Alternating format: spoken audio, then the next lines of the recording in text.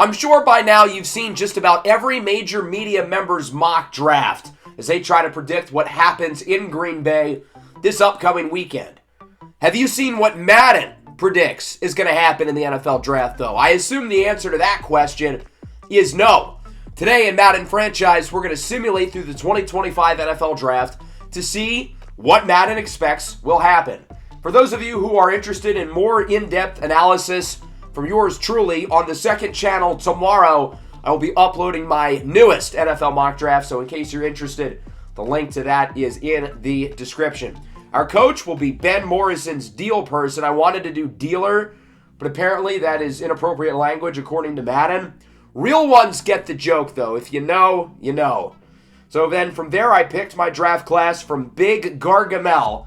It's pretty accurate for the most part. I wouldn't say it's perfect. I think Quinn Ewers is projected to go in the 40s. I think it's more likely he ends up in the 240s. But for the most part, it's about as good as I could find. When I've made this video previously, I've had to fix the draft order, but Matt actually got it right this year. Minus the compensatory picks. It feels like they will never include those. But there we go. The Tennessee Titans are on the board. Cameron Ward and the Titans have not exactly hid their hand in terms of what's going to happen with this pick. And ultimately, Madden agrees. They think the Titans will pick Cam Ward number 1 overall. So Madden's going to start 1 for 1. Makes a lot of sense here. I think he's the best quarterback in the draft, and obviously it's a pretty big need for the Titans. They haven't exactly hid that this is going to be who they end up selecting. It'd be a little bit more fun if there was suspense with the pick, but regardless, I don't have a problem with the choice at all. The Browns at 2, they could go in a few different ways.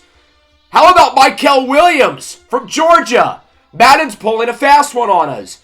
They did this last year as well. They had Caleb Williams going number 1, as expected, to the Bears. And then at number 2, rather than Washington picking one of the quarterbacks, they ended up picking a defensive player, Jared Verse.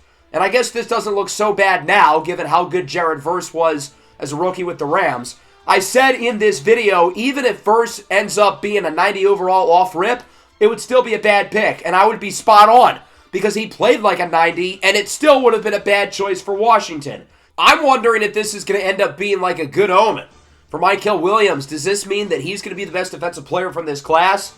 So Travis Hunter and Abdul Carter are both on the board for the Giants at number 3, but they will not pick either. Instead, it's Shedeur Sanders. So after all that, with the media saying the Giants aren't going to pick him, he ends up going to New York. It seems like Shedeur Sanders is pretty much a lock not to go in the top 3 at this point. New Orleans at 9 could be in play. After that, it might not be until the late teens, early 20s. New England on the board at 4, with Travis Hunter and Abdul Carter still on the board. And they pick neither. What is happening? Armand Membu is the pick for the Patriots. In a vacuum, not the worst selection in the world, but both Hunter and Carter, arguably the 2 best pure position players in this class, make it out of the top 4. So Jacksonville, they get to sprint the card up to the commissioner because they are picking Travis Hunter. Man, does this work out well for Jacksonville. They get probably the best player in the draft without having to move up. They get to stay at number 5. I imagine they've got a few guys they would be eyeing up with this pick. I would expect Mason Graham, maybe Ashton Genty, but instead they get Hunter. That brings us to the Raiders at number 6. This feels like a likely Ashton Genty landing spot, but they will not do that. Instead, it's Jalen Walker out of Georgia, not Abdul Carter. Interesting. I've seen Walker linked as high as number 5 with Jacksonville. Carolina has been heavily interested in him, from what I know. And now the New York Jets at number 7. They don't really need an edge rusher, but guess who's on the board? It's Abdul Carter. It seems like consensus at this point that Carter will end up in New York, but not for the Jets. Nonetheless, I'm sure they are happy with how this scenario ends up working out. Picking the best player available, not forcing the pick for need, which probably would be Will Campbell in this spot, improving the offensive line. The Panthers at number 8, they pick Will Johnson, corner out of Michigan. The Panthers really got edged this whole time, thinking Abdul Carter might make it to number 8, and he goes 1 pick before, and it hurts because Jalen Walker is already gone. There have been some rumors about Will Johnson slipping to the middle part of the first round, and I think I'm buying them. Given questions athletically, questions with his junior season, questions with the medical, I could absolutely see him falling out of the top 12 or so picks. At number 9, the Saints. This could be the Shedeur Sanders spot, but he's not on the board, so they pick Matthew Golden. I think this is very possible in real life, regardless if Shedeur is on the board or not. Chris Olave's long-term future is in question with this team, and even if he is healthy, they need some more guys in that receiving room. Ashton Jeanty still on the board for the Bears at number 10, but they will go in a different direction. Jahdae Barron out of Texas. I can't really say I agree with this one in the perspective of the Bears. They just paid Kyler Gordon a big extension as their nickel corner, so I don't really see the reason for this, especially with Jeanty or even someone like Tyler Warren still on the board, and I don't think Barron's going to go that high to begin with. Shamar Stewart to the Niners at 11. I think this one actually does make a lot of sense and could end up happening in real life. He's raw, but personally, I am team Shamar Stewart. I believe in the upside. He only had 2 sacks last year, but disruptive in the run game. Obviously, he's got the tools to be a good pass rusher, and the Texas A&M system just was not made for defensive linemen to put up big numbers. Jeanty finally off the board. What a win for the Dallas Cowboys to stay at number 12 and pick him. Going into the draft cycle, this is kind of what we thought was going to happen, but it seems more likely Jeanty's going to go higher because he's that good. And if Dallas wanted him, they'd probably have to move up into the top 5. Mason Graham quietly slips all the way to the Dolphins. They will gladly make this selection. Christian Wilkins, of course, left last year. You can make the argument they have bigger needs in the secondary and on the offensive line. Maybe receiver as well, given Tyreek Hill's questionable future, but it's hard to argue going BPA. Tyler Warren to the Colts. This has been a very common pairing of team and player. I feel lazy at this point whenever I mock Warren to the Colts, but it just makes so much sense. I think the only question would be if he is actually on the board. The Falcons, they're not going to pick another skill position player. I don't believe it. Instead, it's Walter Nolan, another guy who I am all the way in on. Really showed some impressive flashes last year at Ole Miss. Before that, at Texas A&M, was not as productive. But again, I don't think the A&M system is made for you to put up the big numbers on the defensive line. Maxwell Harrison to the Cardinals at number 16. This feels a little rich. They do need some help in the secondary. I think corner's a possible pick for them, although I like some of the young guys they have already.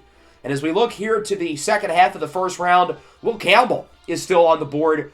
I would say that's the only major surprise. I think otherwise I could see all these guys slipping. I don't know why Jack Sawyer's at 25. That feels awfully rich. Him and JT Tuimoloau. But maybe the draft class creator's an Ohio State fan. I don't know. So the Bengals are in an interesting dilemma. Do you go defense or do you go BPA? And it's hard to argue with this picking Will Campbell. He can slide into guard where they have a hole and potentially be a long-term starter at tackle. Yes, defense is a need, and I cringe every time I see them pick an offensive player in a mock draft, but I think this is the one exception. Kelvin Banks to Seattle at 18. I don't think there's much to go over here because this feels like a very plausible fit. I feel like they're going to pick Gray Sable, but that would certainly work too. The Bucs at 19. JT Tuimoloau. I certainly don't see him going in the top 20, especially with a guy like Jahad Campbell on the board. I think Campbell's a little bit too low in this draft class. So JTT ends up with Tampa Bay. The Broncos at 20, they're going to stick with the theme of Ohio State edge rushers. And again, this feels too early for Jack Sawyer, although I guess Broncos franchise would be predicting the future with this one. I think if the Marion Hampton is on the board, the Broncos are going to run the card up. The problem is I don't think he's going to make it to 20. So I think if they want him, they're going to have to move up and get him, which I do think there are some teams towards the middle of the first round who could be potential trade down takers. The Steelers at 21, this could be a Jackson Dart spot, but instead they go Luther Burden. This one would certainly surprise me. I feel like it would be a lot more likely if not for the DK Metcalf trade. They do have one of the nastiest receiver trios in the league, though. The Chargers at number 22, they get Derek Harmon. This one feels very plausible. It fits a need, reasonable value. The person who made the draft class is sleeping on my boy, though. He's only a 70. Put some respect on his name. Nonetheless, I do think that'd be a pretty solid pick here for the Chargers. Packers at 23. Josh Simmons. This is an interesting one, given that he played really well, suffered the injury. I don't think they're going to pick a tackle in the first round, but it would be a little bit on brand for Brian Gutekunst to really focus on the trenches rather than, say, receiver or corner. Gray Zabel to the Vikings. I don't mind the value, but I don't think Minnesota needs to pick an offensive lineman here. They just paid Will Fries all that money to play right guard. So, a little surprised with that pick, but I guess Zabel can play anywhere, so they'll find a way to make it work. Ted McMillan to the Texans at 25. His draft stock, to me, has been fascinating throughout this process because he started off super high. Now he's being mocked in the 20s. Is it prospect fatigue or is it real? I don't think the Texans seem like a supernatural fit, but the idea of him and Nico Collins together, the Twin Towers, that sounds frightening. Savon Revel to the Rams. This one feels very plausible. I'm under the assumption the Rams are going to pick a quarterback at some time sooner rather than later. I've kind of connected the dots there, but if they don't pick one, Revel makes a lot of sense. Tyler Booker to Baltimore at number 27. I think that'd be a pretty solid pick. And now my team, the Lions at number 28. Who does Madden have us selecting? And ultimately, they're going to give us edge rusher James Pierce. This is fascinating. I'm excited to dive kind of deeper into this one because at the surface, this might seem like a very plausible fit of team and player. The Lions need another pass rusher, and the value seems appropriate. I would be floored if this happens. I see James Pierce going to the Lions all the time in mock drafts, and I really don't see it. I mean, for one thing, I don't really think he fits schematically unless Kelvin Shepard is planning on drastically changing it, which I doubt. You got to have some size, and you got to be able to play the run to be an edge rusher in Detroit, and I don't really feel like James Pierce is a natural fit. I would think they'd pick a guy even like Landon Jackson over him in that spot. Colston Loveland to the Commanders at 29. That's an interesting one. Him in that offense with Jaden Daniels. That'd be fun. I don't think he's going to make it to 29, but it would be interesting. The Bills at 30. Ariante Ursary. That seems early to some, but I could see him as a surprise player who sneaks to the end of the first round. Tackle doesn't seem like a need for the Bills. They've got Dawkins and Spencer Brown. But remember, a couple off seasons ago, from what I know, they were this close to cutting Deion Dawkins. So getting a guy who they can groom behind him, I don't think would be that unrealistic. Darian Porter sneaks into the first round. I guess the traits were that appealing for Kansas City. Interesting that they go corner there rather than something on the offensive side of the ball. And then Emeka Ibuka to the Eagles. That's just not fair.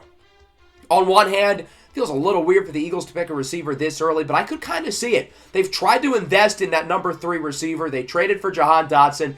Didn't really work out. So they say, screw it. Why not just guarantee ourselves, essentially, a really good number 3 with Emeka Ibuka? So that is your first round. We're going to go through the other rounds a lot quicker in this screen because otherwise we would be here quite literally all day and go over some of the highlights. Interesting results here. I think Michael Williams at 2 is certainly the eye popper. Travis Hunter and Abdul Carter falling as far as they did. Certainly a surprise as well. In terms of players who fell out of the first round, there are a couple surprises, but nothing like insane per se. I'm kind of starting to think Jackson Dart will not be a first round pick, even though he's been mocked there for a while. I think Mike Green would probably be the biggest surprise of this group, him or Marion Hampton. I would be a little surprised if Malachi Starks didn't go in the first round. Jahad Campbell would be a big surprise as well. Otherwise, though, I don't think there's anything that unreasonable per se. Jackson Dart ends up in Cleveland. Mike Green goes to New England. That'd be a really good pick for them early in the second. Marion Hampton to the Bears. I could see him in Chicago, but at pick 10, not in the second. The Niners are pairing Shamar Stewart with Shamar Turner. That's kind of fun. Jahad Campbell in the Cardinals defense. I would be very intrigued by that. The Seahawks pick Quinn Ewers. Seems about 7 rounds too early. Trevion Henderson to the Bengals is a fascinating one. I guess they're just never going to pick defense ever. I like the value, but, I mean, at some point, they've got to pick a defensive player. In the third round, Dylan Sampson to the Chiefs. Oh, boy, that would be really intriguing. Jalen Milroe to the Raiders. I would be surprised if the Raiders use a high pick on a quarterback. I think they like Geno for the future, obviously just extended him. Jack Besh to the Bengals. No, they are never going to pick a defensive player at this rate. Cam Scatterbo to the Steelers would also be pretty fun. As for the fourth round, Trey Harris to Tennessee. That'd be a nice target for Cam Ward. Are the Bengals going to pick defense here? Yes! Quay Robinson, finally. Tyler Shuck, meanwhile, goes to the Cardinals. I do believe he'll be a top 100 pick. I get that there's the medical concern, but he can sling it. Kyle McCord as well. I think I'm kind of liking him. I think in the fourth round late, that'd be a great value pick for the Eagles. He returns home to Philadelphia. Jaden Higgins in the 5th. That would be crazy. I think he's going to go in the top, 40. There's some surprises here. Darius Alexander in the 5th from Dayton. That would be a shock if he fell this far. And then into the 6th round, Kyle Williams in New Orleans. Him and Matthew Golden's skill sets will be a little bit redundant, but in the 6th round, you've got to make that pick. Alec Yomanor to the Bengals. How many big-bodied receivers do they need? They might score 60 points a game next year, but they're going to allow 70 at this rate. A couple of Jayhawks in the 7th round. Kobe Bryant to Carolina. Devin Neal to the Steelers. Rock Chalk. As for Mr. Irrelevant, the final pick of the draft ends up being, drumroll please, Xavier Truss out of Georgia going to the Steelers. So that will wrap up the video. I know it was a little bit shorter, but certainly fun to see what Madden predicts will happen during the NFL draft. And again, if you want to see what I predict, make sure to subscribe to my second channel. The link to that is in the description. Otherwise, I hope you all enjoyed. Make sure to leave a like and subscribe to the channel if you are new. Peace out.